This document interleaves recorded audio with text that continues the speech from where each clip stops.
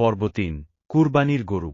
মানুষের কুরবানি অনেক বছর পর আবার শুরু হবে। তারপর পুরো বাড়ি নিস্তব্ধ হয়ে যায়। না ঝড়ের শব্দ, না কুকুরের ডাক, না দরজায় ধাক্কা, কিছুই না। শুধু দরজার নিচ দিয়ে ঢুকে থাকা গরম রক্তগুলো ধীরে ধীরে মেঝেতে ছড়িয়ে পড়ছিল। আর সেই রক্তের ভেতরের ছোট ছোট চোখগুলো একসাথে পিটপিট করছিল।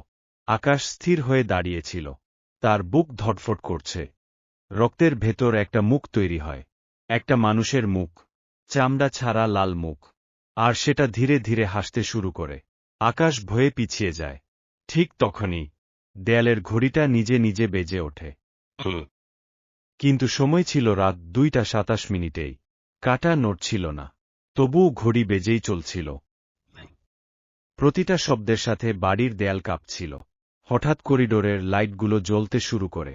একবার জ্বলে, একবার নিভে, জ্বলে। আর প্রতি অন্ধকারে মনে হচ্ছিল কিছু একটা আরও কাছে চলে আসছে। আকাশ কাপা হাতে মিমকে টেনে বিছানার কোণে বসায়। তারপর সাহস করে আবার দরজার দিকে তাকায়। আর ঠিক তখনই ধূপ, দরজার ওপাশে যেন বিশাল কিছু একটা পড়ে। তারপর ঘষ্টানোর শব্দ। মনে হচ্ছিল কেউ ভারী কিছু টেনে নিয়ে যাচ্ছে। আকাশ দরজার ফুটো দিয়ে বাইরে তাকায়। আর যা দেখে, তার শরীর ঠান্ডা হয়ে যায়। করিডোরের মেঝেতে রহিম মিয়ার শরীর পড়ে আছে। কিন্তু শরীরটা অস্বাভাবিকভাবে মোচড়ানো। মুখটা পুরো ছিঁড়ে গেছে। আর সবচেয়ে ভয়ঙ্কর ব্যাপার হল, রহিম মিয়া তখনও বেঁচে ছিল। তার চোখ দিয়ে পানি গড়ে পড়ছিল। সে ধীরে ধীরে আকাশের দিকে তাকিয়ে ফিসফিস করে বলে, দরজা খুলিস না। হঠাৎ তার পেটের নিচে কিছু একটা নড়ে ওঠে। তার জামার ভেতর থেকে যেন কিছু হামাগুড়ি দিচ্ছে। 1 সেকেন্ড, 2 সেকেন্ড। তারপর রহিমের পেট ফেটে যায়।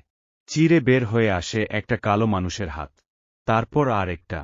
তারপর সেই জিনিসটার মাথা। অর্ধেক মানুষ, অর্ধেক গরু। ওটা ধীরে ধীরে রহিমের শরীরের ভেতর থেকে বের হয়ে আসে।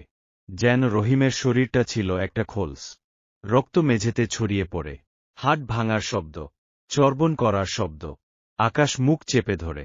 মিম জ্ঞান ফিরে আবার চিৎকার দিয়ে কাঁদতে শুরু করে। আর ঠিক তখনই জিনিসটা থেমে যায়। ধীরে ধীরে মাথা ঘুরিয়ে দরজার দিকে তাকায়। তার মুখে মানুষের হাসি। কিন্তু এবার তার চোখ দুটো সম্পূর্ণ কালো। মনে হচ্ছিল চোখের ভেতরে কোনো আলো নেই, শুধু গভীর অন্ধকার। হঠাৎ পুরো করিডোরের দেয়ালে ঠক ঠক শব্দ শুরু হয়। একটা না, সব দেয়ালে। মনে হচ্ছিল দেয়ালের ভেতর কেউ হাঁটছে। ধীরে ধীরে শব্দগুলো আকাশের রুমের দিকে এগিয়ে আসতে থাকে।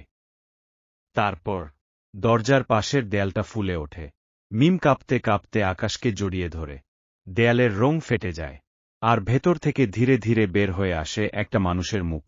সেটা তাদের মায়ের মুখ। চোখ দুটো ভয়ে বড় বড়, মুখে রক্ত। সে কাঁদতে কাঁদতে বলে, বাঁচা। হঠাৎ দেয়ালের ভেতর থেকে অসংখ্য হাত তাকে টেনে নিয়ে যায়। তার নখ দেয়ালে ঘষা খেতে থাকে। রক্ত ছিটকে পড়ে। তারপর দেয়াল আবার স্বাভাবিক হয়ে যায়, যেন কিছুই হয়নি। মিম হিস্টেরিয়ার মতো চিৎকার করতে থাকে। আকাশ দরজা খুলে নিচে দৌড়ে যেতে চায়। কিন্তু দরজার হাতলে হাত দিতেই সে থেমে যায়। কারণ দরজার ওপাশ থেকে কেউ ফিসফিস করে বলে, খুলে দে। এটা তার বাবার কণ্ঠ। কিন্তু একই সময়ে নিচুতলা থেকেও তার বাবার চিৎকার শোনা যায়, হ্যাঁ, দরজা খুলিস না। আকাশের বুকের ভেতরটা ঠান্ডা হয়ে যায়। কারণ একটা কণ্ঠ নকল। আর জিনিসটা এখন তাদের পরিবারের সবার কণ্ঠ নকল করতে পারছে। হঠাৎ পুরো ঘরের তাপমাত্রা কমে যায়। নিঃশ্বাস থেকে ধোঁয়া বের হতে থাকে। তারপর ঘরের সিলিংয়ে কালো দাগ ছড়াতে শুরু করে। দাগগুলো নড়ছিল, জীবন্ত জিনিসের মতো। ধীরে ধীরে সেই কালো দাগগুলো মিলে তৈরি করে একটা বিশাল মুখ, গরুর মুখ। আর সেই মুখটা আস্তে আস্তে সিলিং থেকে নিচে নামতে থাকে, মাংসের মতো ঝুলতে ঝুলতে। তার চোখ দুটো এবার ঠিক আকাশের চোখের সামনে। আর তারপর জিনিসটা মুখ খুলে বলে, আজ রাত শেষ হওয়ার আগেই এই বাড়ির সবাই দেয়ালের ভেতরে চলে যাবে। ঘরের সিলিং থেকে ঝুলে থাকা সেই বিশাল মুখটা ধীরে ধীরে নিচে নামছিল। পচা মাংসের গন্ধে পুরো রুম ভারী হয়ে গেছে। আকাশ মিমকে বুকের সাথে জড়িয়ে ধরে পিছিয়ে যায়। আর সেই জিনিসটা তার মুখের ভেতর অন্ধকার নড়ছিল। মনে হচ্ছিল ওর পেটের ভেতর একটা পুরো পৃথিবী আছে, যেখানে শুধু মৃত্যু। হঠাৎ নিচতলা থেকে বিকট চিৎকার শোনা যায়। তার বাবার কণ্ঠ, তারপর তার মায়ের, তারপর একসাথে অনেক মানুষের কান্না। মনে হচ্ছিল পুরো বাড়ির নিচে কেউ শত শত মানুষ জবাই করছে। আকাশ আর থাকতে পারে না। সে দরজা খুলে দৌড় দেয়। করিডোর পুরো অন্ধকার। শুধু দেয়ালের ভেতর থেকে শব্দ আসছে। মনে হচ্ছিল দেয়ালের ওপাশে কিছু একটা তাদের সাথে পাশাপাশি হাঁটছে। মিম কাঁদতে কাঁদতে বলল, ও দেয়ালের ভেতরে আছে। ঠিক তখনই করিডোরের ডান পাশের দেয়ালটা ফুলে ওঠে। তারপর সেখান থেকে ধীরে ধীরে বের হয়ে আসে একটা হাত। কালো, লম্বা, হাত বের হওয়া। তারপর আরেকটা হাত। তারপর সেই গরুর মাথা। দেয়ালের ভেতর দিয়েই বের হয়ে আসে। যেন কংক্রিট তার জন্য পানি। আকাশ মিমকে নিয়ে সিঁড়ির দিকে দৌড় দেয়। কিন্তু নিচে নামতেই সে থেমে যায়। পুরো ড্রয়িং রুম রক্তে ভেসে গেছে। দেয়ালের সাথে তার বাবার শরীর আটকে আছে। অর্ধেক শরীর দেয়ালের ভেতরে ঢুকে গেছে। তিনি তখনও বেঁচে। চোখ দিয়ে পানি পড়ছে। তিনি কাঁপতে কাঁপতে বললেন, ওকে। আগুনে পোড়া। তারপর হঠাৎ দেয়ালের ভেতর থেকে অসংখ্য হাত বের হয়ে তাকে পুরোপুরি টেনে নিয়ে যায়। 1 সেকেন্ডের মধ্যে দেয়াল আবার স্বাভাবিক। শুধু রক্ত। আকাশ পাগলের মতো চিৎকার করে ওঠে। ঠিক তখনই গ্যারেজের দিক থেকে গরুর ডাক আসে। কিন্তু সেটা স্বাভাবিক ডাক না। মনে হচ্ছিল হাজার মানুষ একসাথে চিৎকার করছে। আকাশ ধীরে ধীরে গ্যারেজের দিকে যায়। আর ভেতরে ঢুকেই জমে যায়। গ্যারেজের মেঝেতে বিশাল একটা কালো গর্ত। গর্তের ভেতর কিছু নড়ছে। আর সেই গর্তের চারপাশে দেয়ালে ঝুলছে মানুষের মুখ। জীবন্ত মুখ। সবাই কাঁদছে। কারো চোখ নেই। কারো ঠোঁট ছেঁড়া। তারা একসাথে বলছিল, ওকে থামাও। গর্তের মাঝখানে দাঁড়িয়েছিল সেই জিনিসটা। এবার তার পুরো শরীর মানুষের মতো হয়ে গেছে। শুধু মাথাটা গরুর। আর তার বুকের মাঝখানে ধুকধুক করছিল অনেকগুলো মানুষের মুখ। হঠাৎ সে ধীরে ধীরে আকাশের দিকে তাকায়। তারপর মানুষের গলায় বলে, তোর দাদা আমাকে মেরেছিল।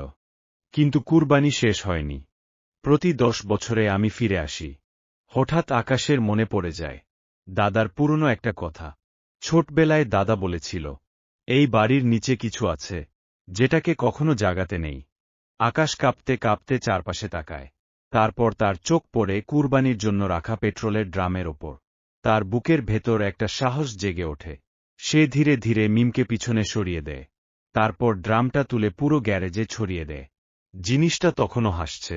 মনে হচ্ছিল সে সব জানে। হঠাৎ গরুমানুষটা দেয়ালের ভেতরে ঢুকে যায়। 1 সেকেন্ডের মধ্যে গায়েব। তারপর চারপাশের সব দেয়াল ফুলে উঠতে শুরু করে। একটার পর একটা মুখ বের হতে থাকে। ছাদ থেকে, মেঝে থেকে, দেয়াল থেকে, সব জায়গা থেকে সেই জিনিসটার মুখ বের হচ্ছিল। আর সবগুলো একসাথে বলছিল, তুই পারবি না। হঠাৎ একটা মুখ দেয়াল ভেদ করে আকাশের ঠিক সামনে চলে আসে। তার জিভ বেরিয়ে আকাশের গলা জড়িয়ে ধরে। মিম চিৎকার করে ওঠে। ঠিক তখনই আকাশ লাইটার জ্বালিয়ে আগুন ছুড়ে মারে। দাউ! এক মুহূর্তে পুরো গ্যারেজ আগুনে ভরে যায়। আর তারপর এমন একটা চিৎকার শোনা যায়, যেটা মানুষের না, পশুরও না। মনে হচ্ছিল নরকের ভেতর কেউ চিৎকার করছে। দেয়ালগুলো কাঁপতে শুরু করে। চারপাশের মুখগুলো গলতে থাকে। গরু রূপী মানুষটা আগুনের ভেতর ছটফট করতে থাকে। তার শরীর থেকে একের পর এক মানুষের মুখ বের হয়ে আগুনে পুড়ে যায়। রহিম, আকাশের মা, অনেক অচেনা মানুষ। সবাই চিৎকার করছে। হঠাৎ পুরো বাড়ি কেঁপে ওঠে। ছাদ ভাঙতে শুরু করে। আকাশ মিমকে নিয়ে দৌড় দেয় বাইরে। আর ঠিক তারা বের হওয়ার কয়েক সেকেন্ড পর ধস! পুরো বাড়িটা মাটির সাথে মিশে যায়। আগুন আকাশ ছুঁজে ওঠে। তারপর সব চুপ। শুধু পোড়া গন্ধ। ভোরের আজান ভেসে আসে দূর থেকে। আকাশ হাঁপাতে হাঁপাতে ধ্বংস হয়ে যাওয়া বাড়িটার দিকে তাকায়। সব শেষ। সব পুড়ে গেছে। মিম কাঁদতে কাঁদতে তার হাত ধরে। ঠিক তখনই আকাশের চোখ পড়ে ধ্বংসস্তূপের ওপর। কালো ছাইয়ের ভেতর ধীরে ধীরে কিছু একটা নড়ছে। প্রথমে একটা শিং বের হয়। তারপর দুটো লাল চোখ। আর অন্ধকারের ভেতর থেকে আবার শোনা যায় সেই পরিচিত গলা। কুরবানি এখনো শেষ হয়নি। পরবর্তী নতুন গল্প খুব শীঘ্রই দেওয়া হবে।